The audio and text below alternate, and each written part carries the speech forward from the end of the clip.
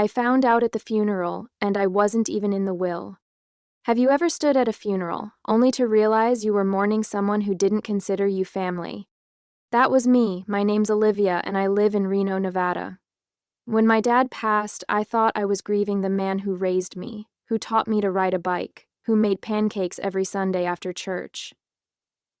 But turns out, I was grieving a version of him that only existed in my head. It all started the day of the funeral. The church was packed, not with family, but with people I didn't recognize. Most of them were from his congregation. I was the only one crying in the front pew. And yet, somehow, I felt out of place. Like I wasn't supposed to be there. My stepmother, Linda, didn't even look at me. She was glued to the pastor's side the whole time, and when the service ended, she stood up and announced to the crowd, "My husband left it all to the church, just like he believed was right." I blinked. What? I thought maybe I misheard. But she repeated it. Everything, the house, the land, the savings. It's going to God's work. I froze. My dad had told me just a year ago that he updated the will to make sure I'd inherit the house I grew up in, that I'd be taken care of, even if Linda didn't like it. He promised. I didn't say anything at the time. I just walked outside, sat in my car, and stared at the steering wheel for an hour. My hands were shaking. My heart felt like it was stuck somewhere between disbelief and rage. I called my aunt that night, his sister. She was just as shocked. "Are you sure?" she asked. "Your dad always said you'd get the house." So I did what any daughter would do. I requested a copy of the will. And when I read it, I thought I was going to throw up. Everything was left to the Fellowship Church of Greater Reno. Not a dime for me, no house, no savings, not even a personal note. Just like that, I was erased. I had to call Linda. She didn't answer. I emailed the pastor. He said it was all in God's plan. That's when something inside me snapped. This wasn't just about money. This was about the fact that my dad, the man who held my hand at my high school graduation, had chosen strangers over his own daughter. But here's what they didn't know. I had rights. I didn't grow up with much, but I'm not stupid. And my dad? He made one crucial mistake that gave me a chance.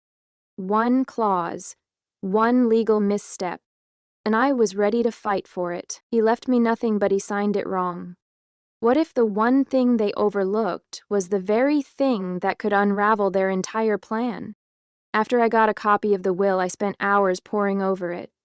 I was hoping to find a loophole, anything at all. And then I saw it, a signature. My dad's name. But something about it looked off. You see, I work in a law office. I'm not a lawyer, but I've filed enough legal paperwork to know what's required. Nevada has strict laws about wills, especially handwritten ones or those that leave everything to a single non-family entity like a church. You need 2 witnesses. 2 unrelated witnesses. But this will? It was only signed by one person besides my dad. And guess who it was? The pastor. No second witness, no notary, just a scanned document with my dad's shaky signature and the church's name written over and over like a sermon. I couldn't believe it. Linda either didn't notice or didn't care. That mistake changed everything. I called a probate attorney the next morning. Her name was Carla, and after 10 minutes on the phone, she said, "You might have a case." It was the first sliver of hope I'd felt in weeks.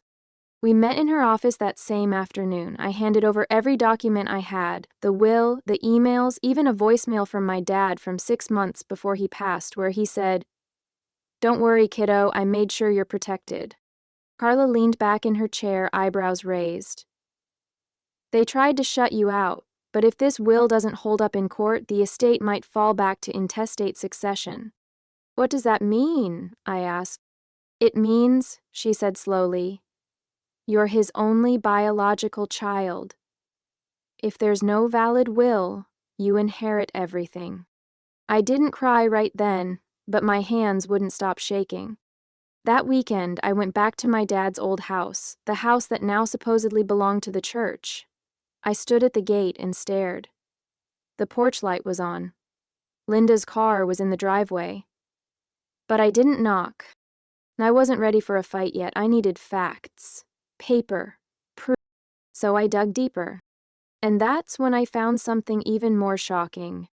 My dad had written another will, an earlier one that split everything between me and a local charity. It was legally sound, 2 witnesses, dated 2 years ago, and it hadn't been revoked, at least, not properly.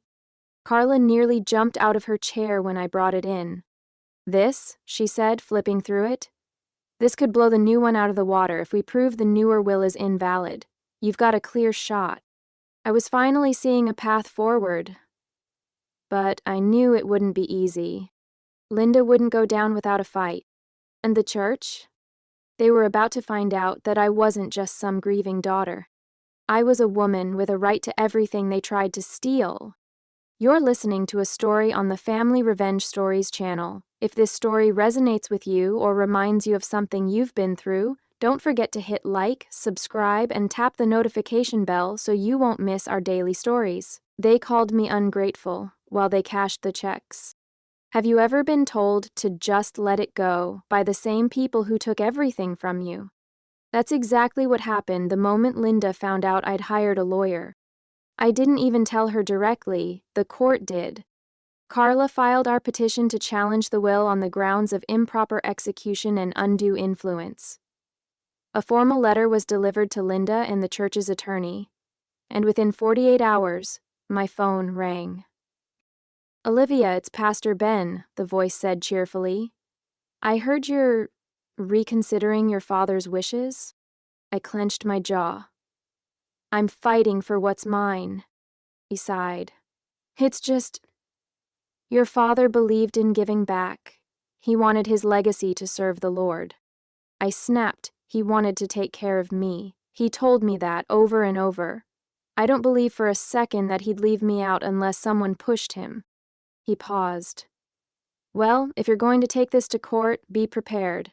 It won't be easy, and it won't be cheap." I hung up. The next few weeks were a nightmare. Suddenly, everyone from my dad's church had something to say. People I'd never met started showing up online calling me selfish, greedy, a spiritual disappointment. Linda even posted on Facebook, "My stepdaughter is trying to undo everything my husband believed in.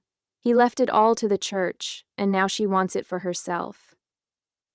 I'm heartbroken. She knew exactly what she was doing, painting me as the bitter daughter who just wanted money. But here's what no one wanted to talk about. While they were busy shaming me, the church had already sold my dad's truck. The house? They were in talks with a real estate agent. Linda even moved some of his collectibles to auction. They weren't grieving, they were cashing in. And I was supposed to stay quiet? No, not a chance. Carla was building our case. She found out the pastor had met with my dad alone at least 5 times in the last 6 months of his life. That raised flags, especially since my dad had been diagnosed with early signs of memory loss a year before he passed. We also discovered something huge. One of the church board members had sent an email to Linda just 2 weeks before my dad died. It said, "Let's get this finalized quickly before there's any family interference." That line said everything. This wasn't just about honoring my dad's beliefs. It was about power, about control. And I was the last obstacle standing in their way. But I wasn't backing down. For the first time in months, I didn't feel like a victim. I felt like a threat. And I was about to make them regret ever cutting me out. She thought I wouldn't fight until the subpoenas hit. What do you do when the people who wronged you start scrambling the second you push back? The subpoenas changed everything. Once Carla formally challenged the will, the court granted us discovery. That meant we could request emails, records, and communication logs tied to the new will, especially anything involving the church, Linda, and my dad. And you know what happened next? Linda tried to delay the court deadline, claimed she was overwhelmed with grief and needed more time to process things. Her attorney asked for a 60-day extension. The church's lawyer tried to argue that their internal emails were protected because of religious privilege. Carla shut that down fast. "This isn't about faith," she told the judge. "It's about fraud." We got access to a mountain of emails, and buried in them was what we were looking for. One message from Linda to Pastor Ben dated just a week before my dad's final hospitalization. Subject line: draft update? In the body, she wrote, "Can we make sure there's no language that leaves room for Olivia to contest this?" There it was, proof that they weren't just carrying out my dad's wishes, they were deliberately cutting me out. But that wasn't the worst of it. Another email, this time from the church's real estate consultant, included a spreadsheet. It outlined projected profits from the sale of my dad's house and land, and had already allocated funds to expansion plans for the church's parking lot. The ink on the will hadn't even dried. My father wasn't even buried when they started planning to pave over his legacy. I broke down reading that. Not because of the money, but because it was suddenly so clear. They never saw me as family. I was just a barrier. That night, I sat on my back porch in the Nevada dusk, watching the sky fade from gold to dark blue. For a long time, I didn't move. I just sat with the realization that my dad, who I believed would always protect me, was either manipulated or never really had my back the way I thought. It's a special kind of grief, losing someone twice. Once when they die, and again when you learn who they really were. But that grief hardened into something else. Focus. We filed to depose Linda and Pastor Ben under oath. I wanted them to answer for what they'd done, not just in emails, but face-to-face, under penalty of perjury. Linda's lawyer fought it, of course, but the judge sided with us. Deposition was set for the following month. I was finally going to look them in the eye and ask what I had been screaming inside since the funeral. Why did you erase me? And more importantly, did you really think I'd stay silent forever? You're listening to a story on the Family Revenge Stories channel. If this story resonates with you or reminds you of something you've been through, don't forget to hit like, subscribe, and tap the notification bell so you won't miss our daily stories. They spoke under oath and everything started to crack. What happens when the lies start to unravel under oath? The depositions were set for a Wednesday morning. I didn't sleep the night before. My nerves were shredded, but I wasn't backing down. I showed up in a blazer, hair tied back, hands shaking only slightly as I walked into that law office in downtown Reno. Linda was already there, arms crossed, jaw tight. Pastor Ben arrived 15 minutes late, all smiles like this was just another prayer group. But that smile faded fast when the court reporter hit record. Carla started with Linda. "Did you ever discuss excluding Olivia from the will?" Linda paused. "I didn't make the will, my husband did." "But did you influence him in any way?" "I simply supported his decision to give back to the church." Carla leaned forward. "And did you ever email Pastor Ben about ensuring Olivia had no claim?" Linda hesitated. Well, I don't recall writing that. If I did, it was just a suggestion." I watched her squirm. For the first time, I saw the cracks in her confidence. She wasn't the grieving widow anymore. She was a woman cornered. Then came Pastor Ben. "Were you aware that the final version of the will did not have 2 witnesses?" Carla asked.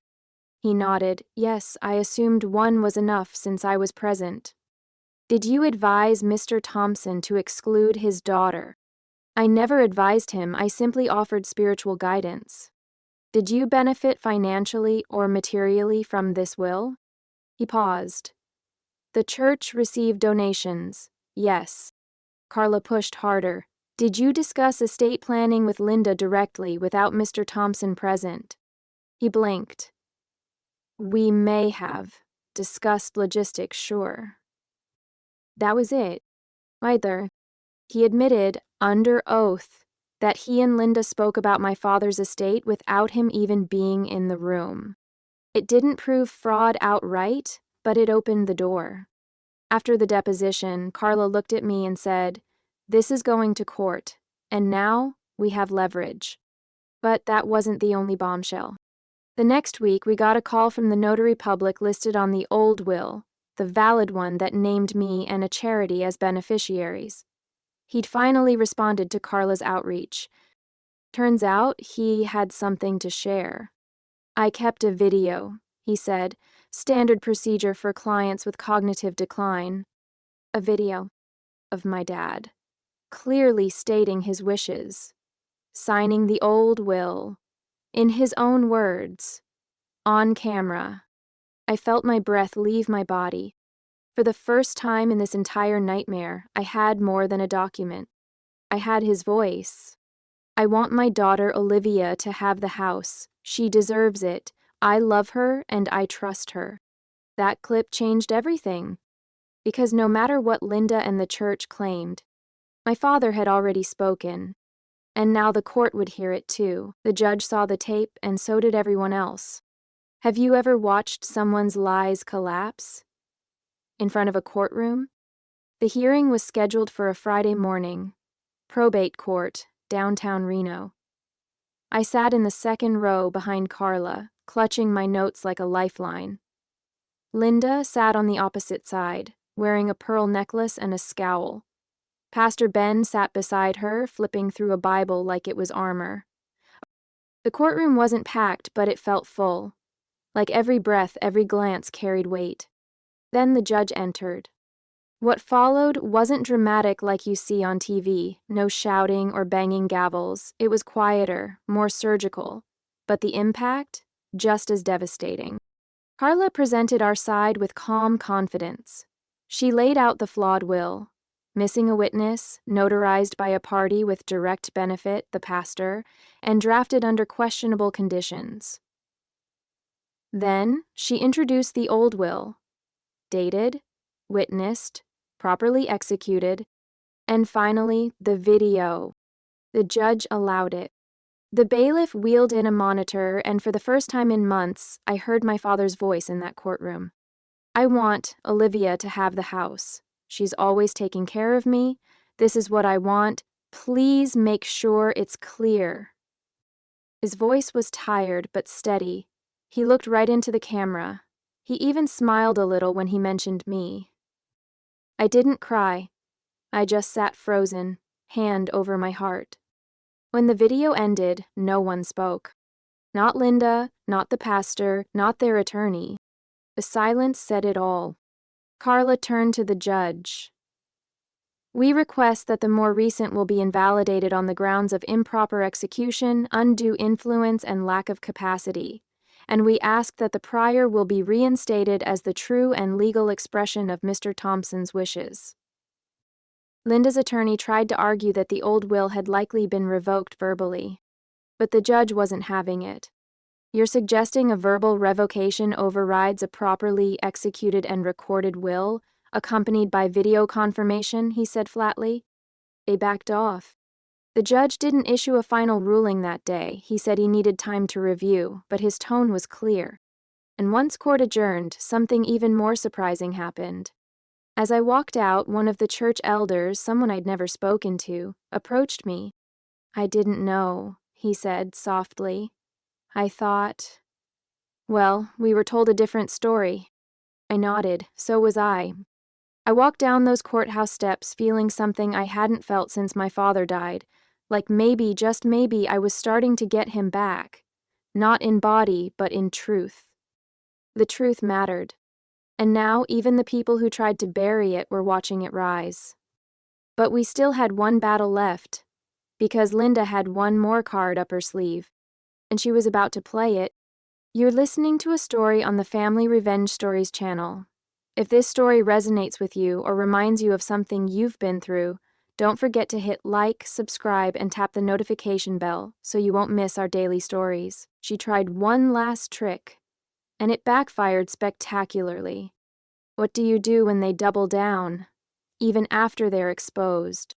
A week after the hearing, just when I thought things might be moving toward resolution, we got an emergency motion from Linda's attorney. She was contesting the old will. The same one my dad signed on camera.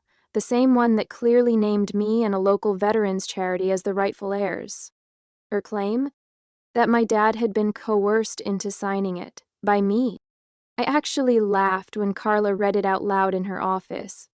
"He's accusing you of elder abuse now," Carla said, eyebrows raised.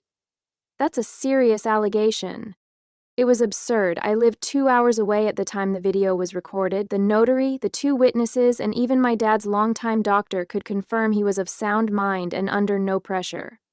But Linda didn't care about facts. She cared about stalling. Dragging things out. Wearing me down.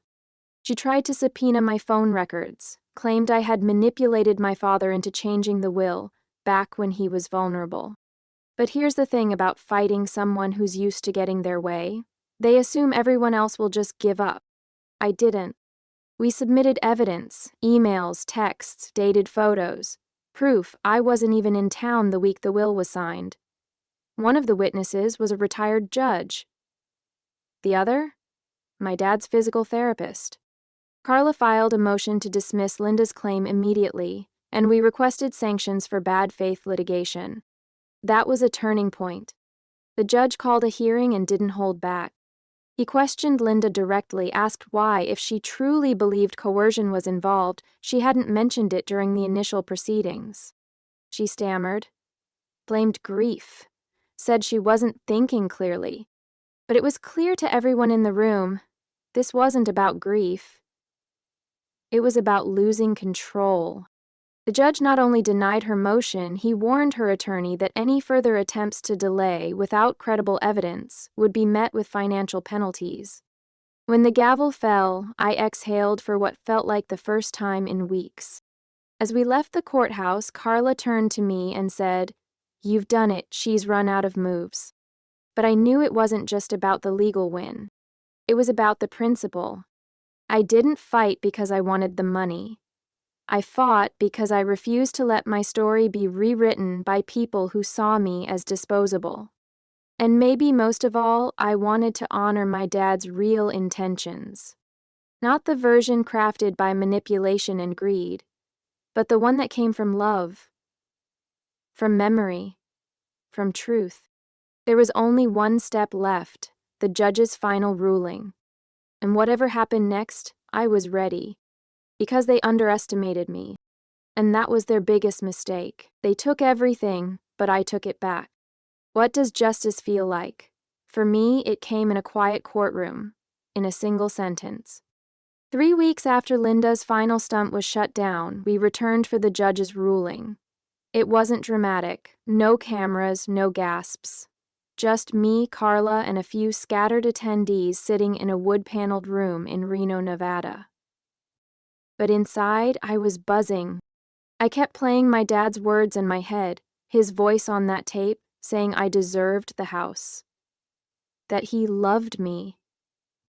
The judge entered, read through the case summary, and then looked directly at me. "I find that the most recent will presented by the respondents is invalid due to improper execution and signs of undue influence," he said. "The prior will, submitted by the petitioner, is confirmed as valid and enforceable." Then he signed the order. Just like that, it was done. The house was mine, the estate was mine, the donations my father had planned for the veterans charity would be honored exactly as he intended.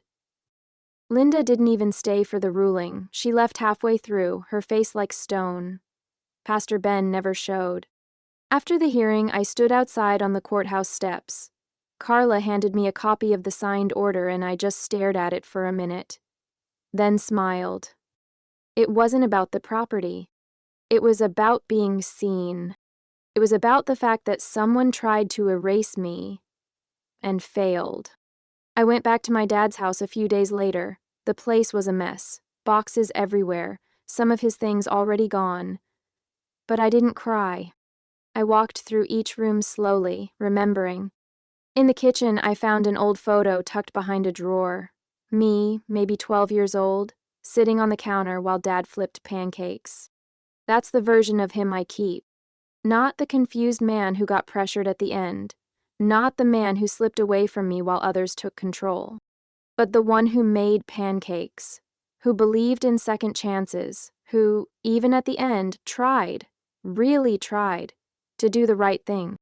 I've since restored the house. I live here now. It's not just a home. It's a legacy I reclaimed with grit, grief, and the truth on my side. Sometimes, I still get messages. People who say I should have let it go, that fighting over a will is ugly and unchristian. But here's what I know now. Family isn't just who shares your blood. Family is who stands with you and for you. And when no one stood for me, I stood for myself. They left me with nothing, but I took back everything they thought I was too weak to fight for. And I'd do it all again. You're listening to a story on the Family Revenge Stories channel. If this story resonates with you or reminds you of something you've been through, don't forget to hit like, subscribe, and tap the notification bell so you won't miss our daily stories.